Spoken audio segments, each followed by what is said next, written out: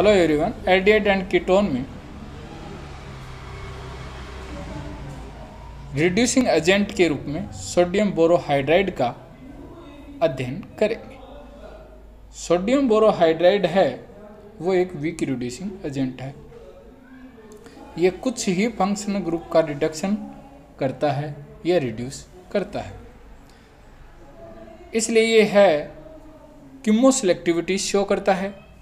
कीमोसेलेक्टिविटी का मतलब है यहाँ दो फंक्शनल ग्रुप हैं, इनमें से एक फंक्शनल ग्रुप के साथ रिएक्शन नहीं करता जबकि कार्बोनिल के साथ रिएक्शन करके अल्कोहल बना लेता है। इसी तरह कुछ फंक्शनल ग्रुप हैं जिनके साथ सोडियम बोरोहाइड्राइड वो रिएक्शन करता है। इमीन को किस में कन्वर्ट करता है? एमीन। कार्बोनिल को अल्कोहल, कार्बोनिल को अल्कोहल, मतलब एल्डिहाइड को 1 डिग्री अल्कोहल और कीटोन को 2 डिग्री अल्कोहल। कार्बोनिल की जब भी टोसाइल हाइड्रोजीन या कहूँ बेंजीन टोलुइन सल्फोनिल क्लोराइड या कहूँ बेंजीन सल्फोनिल हाइड्रोजीन है, उसके साथ रिएक्शन करवाई जाए तो ये बनता है। और इसका जब भी रिडक्शन किया जाए तो क्या बनता है? मेथिलीन। एसिड हेलाइड का भी रिडक्शन होता है तो अल्कोहल, और एजाइड की जब भी रिएक्शन होती है तो 1 डिग्री एमीन। और यहाँ से जब एल्किल डाइएजोनियम अपन टेट्राफ्लोरोबोरेट के साथ रिएक्शन करवाते हैं तो N2 हट जाता है और यहाँ से H जुड़ जाता है। RX की बात करें, यहाँ से X हट जाएगा और क्या जुड़ जाएगा? H जुड़ जाएगा। परंतु NO2 carbon double bond, carbon triple bond, cyanide, nitro, acid, ester, anhydride के साथ ये रिएक्शन नहीं करता। बट याद रखना, एसिड हेलाइड के साथ रिएक्शन करके अल्कोहल, एल्डिहाइड और कीटोन के साथ भी अल्कोहल, याद रखना। और जब एक कार्बन के साथ नाइट्रोजन जुड़े हुए हों और वो एक गुड लिविंग ग्रुप के रूप में हों तो जनरली मेथिलीन का फॉर्मेशन होगा। यहाँ से N2 निकल जाएगी और RNH2 है, यहाँ H जुड़ जाएगा, यहाँ भी H जुड़ जाएगा। इसकी मैकेनिज्म के बारे में अपन पढ़ते हैं कि क्या है। देखो, सोडियम और ये बोरो और हाइड्रेट, क्योंकि बोरोन की जो इलेक्ट्रोनेगेटिविटी है वो 2.0 है जबकि हाइड्रोजन की इलेक्ट्रोनेगेटिविटी 2.1 है। इसलिए सिग्मा बॉन्ड के जो बोरोन और हाइड्रोजन के बीच में इलेक्ट्रॉन डेंसिटी है वो हाइड्रोजन के न्यूक्लियस की ओर ज़्यादा है। इसलिए हाइड्रोजन पर पार्शियली नेगेटिव चार्ज और बोरोन पर कौन सा चार्ज है? Partially positive charge. ध्यान से सुनो, सोडियम बोरोहाइड्राइड, इसका मतलब ये मेटल हाइड्राइड हैं और मेटल हाइड्राइड में H पर कौन सा चार्ज होता है? नेगेटिव चार्ज होता है। और ये नेगेटिव चार्ज युक्त स्पीसीज है वो एक न्यूक्लियोफाइल के रूप में कार्य करती है। यहाँ बोरोन और इस हाइड्रोजन की बात करूं,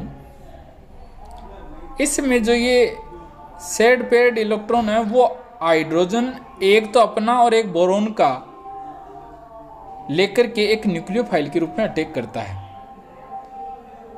अटैक किया कार्बन पर और ये इलेक्ट्रॉन इधर आ गए। अब ध्यान से सुनना, ऑक्सीजन पर कौन सा चार्ज आया?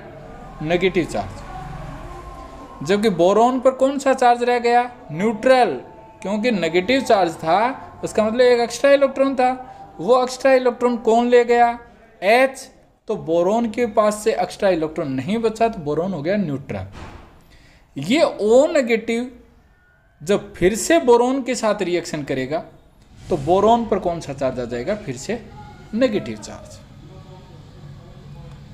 क्यों? क्योंकि बोरोन के पास वेकेंट p ऑर्बिटल है। जैसे मैं बता दूं, BH वेकेंट कौन सा था? p ऑर्बिटल, जिसके ऊपर O नेगेटिव था, उसने यहाँ अटैक किया। अटैक करते ही बोरोन पर है और ऑक्सीजन के बीच में बॉन्ड बना, तो ऑक्सीजन के पास एक एक्स्ट्रा इलेक्ट्रॉन आने के कारण बोरोन पर कौन सा चार्ज आ गया? Negative charge. इसलिए हाइड्राइड के रूप में यहाँ अटैक किया, ये पाई इलेक्ट्रॉन इधर आए, ऑक्सीजन पर कौन जुड़ गया? बोरोन। ये रहा। 4 हाइड्रोजन थे, जिसमें से एक हाइड्रोजन है वो न्यूक्लियोफाइल के रूप में कार्बोनिल कार्बन पर ऐड हो चुका। अब दूसरा, ये रिएक्शन तब तक होगी जब बोरोन के ऊपर हाइड्राइड आयन प्रेजेंट हो। दूसरे हाइड्राइड आयन ने फिर से इसके ऊपर रिएक्शन की, O पर नेगेटिव चार्ज, और फिर ये रिएक्शन हो गई। इसी तरह बोरोन पर फिर एक हाइड्रोजन है वो न्यूक्लियोफाइल के रूप में कार्बोनिल कार्बन पर अटैक करेगा और ऑक्सीजन पर कौन सा चार्ज? नेगेटिव। इसका मतलब कितने मोल जुड़ गए यहाँ? 3 मोल। फिर से ये बोरोन पर जुड़ा हुआ हाइड्राइड आयन न्यूक्लियोफाइल के रूप में अटैक किया और ये इलेक्ट्रॉन इधर आ गया। अब ध्यान से सुन, ऐसा होने के पश्चात फिर इसका क्या कर दिया जाता है? हाइड्रोलाइसिस कर दिया जाता है। इसका मतलब यहाँ H और उधर क्या जोड़ दिया जाता है? OH।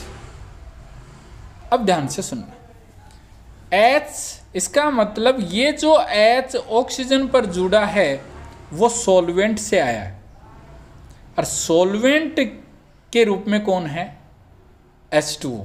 तो H2O का ये H है। कई बार क्वेश्चन पूछा जाता है कि ये हाइड्रोजन है वो सोडियम बोरोहाइड्राइड का है या सॉल्वेंट का है, तो किसका है? सॉल्वेंट का। और ये जो हाइड्रोजन है वो किसका है? Sodium borohydride. इसका मतलब कार्बोनिल कार्बन पर जो हाइड्रोजन जुड़ता है वो है सोडियम बोरोहाइड्राइड, और ऑक्सीजन पर जो हाइड्रोजन जुड़ता है वह है सॉल्वेंट से आता है। आगे चीज। अब दूसरी बात, अब ये है कि यहाँ ये रिएक्शन है K1, ये थी K2, ये K3 और ये K4। ध्यान से सुन, इस K1 कंडीशन में बोरोन के साथ 1 मोल ऑक्सीजन का जुड़ा है। और आपको पता है बोरोन और ऑक्सीजन में ऑक्सीजन की इलेक्ट्रोनेगेटिविटी ज़्यादा है, इसलिए ये जो शेयर्ड पेयर इलेक्ट्रॉन हैं वो ऑक्सीजन के न्यूक्लियस के पास ज़्यादा रहते हैं। ज़्यादा रहने के कारण बोरोन अपना हाइड्रोजन हाइड्राइड आयन के रूप में इजीली डोनेट नहीं कर सकता। इसलिए बोरोन पर जितने ज़्यादा ऑक्सीजन जुड़ते जाएंगे, देखो यहाँ 1 था, यहाँ कितने? 2, और यहाँ कितने हैं? 3। बोरोन से कितने ऑक्सीजन जुड़े हुए हैं? 3। इसका मतलब सबसे इजीली हाइड्राइड वो यहाँ देगा, फिर यहाँ देगा, और फिर यहाँ देगा, और सबसे मुश्किल से कहाँ देगा? यहाँ देगा। क्यों? क्योंकि इस बोरोन पर 3 ऑक्सीजन है, उनका इलेक्ट्रॉन विड्रॉइंग ग्रुप या इलेक्ट्रॉन विड्रॉइंग इफेक्ट होने के कारण जो हाइड्राइड न्यूक्लियोफाइल के रूप में कार्बोनिल कार्बन पर अटैक करता है वह इजीली अटैक नहीं करता, जिसके कारण ये कहूं कि इस रिएक्शन में K1, K2, K3, K4 की ओर जाते हैं। हाइड्राइड आयन की न्यूक्लियोफिलिसिटी है वो धीरे धीरे डिक्रीज होती जाती है, जिसके कारण इनकी रिएक्टिविटी भी डिक्रीज होती जाती है। इसलिए कहा जाता है कि सबसे ज़्यादा रिएक्टिविटी है वो फर्स्ट स्टेप K1 में है, फिर सेकंड, फिर थर्ड और फोर्थ। K4 की रिएक्टिविटी सबसे कम है, क्योंकि K4 कंडीशन में बोरोन पर 3 ऑक्सीजन हैं वो जुड़े हुए हैं, जिसके कारण इसका माइनस आई इफेक्ट होने के कारण हाइड्राइड आयन के रूप में इजीली रिमूव नहीं होगा।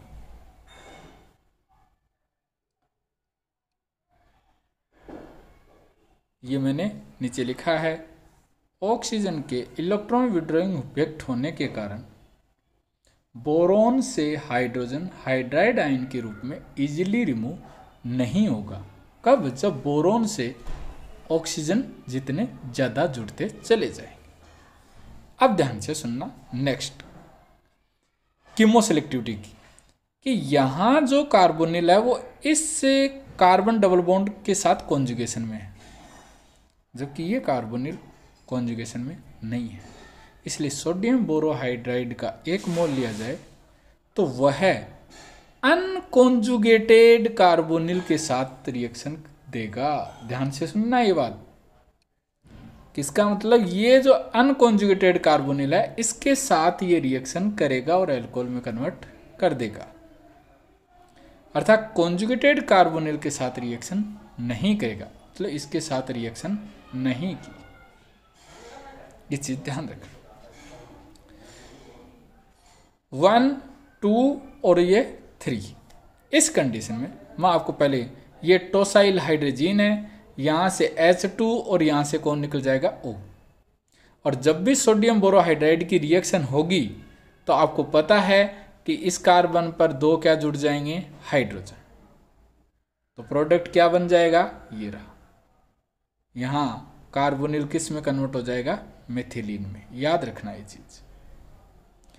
दूसरा, सोडियम बोरोहाइड्राइड है, उसकी कीमोसेलेक्टिविटी का ये एक अच्छा एग्जाम्पल है कि नाइट्रो के साथ रिएक्शन नहीं देगा, कार्बोक्सिलिक के साथ नहीं देगा, और एजाइड है उसके साथ रिएक्शन करेगा। यहाँ से क्या निकल जाएगी? N2, और एक जो N बचेगा वो किस में कन्वर्ट हो जाएगा? NH2।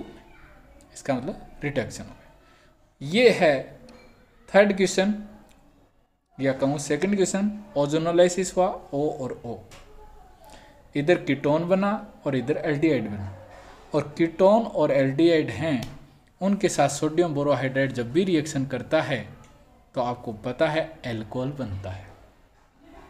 तो इसका मतलब ये 1 डिग्री अल्कोहल बनेगा, और ये कौन सा डिग्री अल्कोहल? 2 degree alcohol.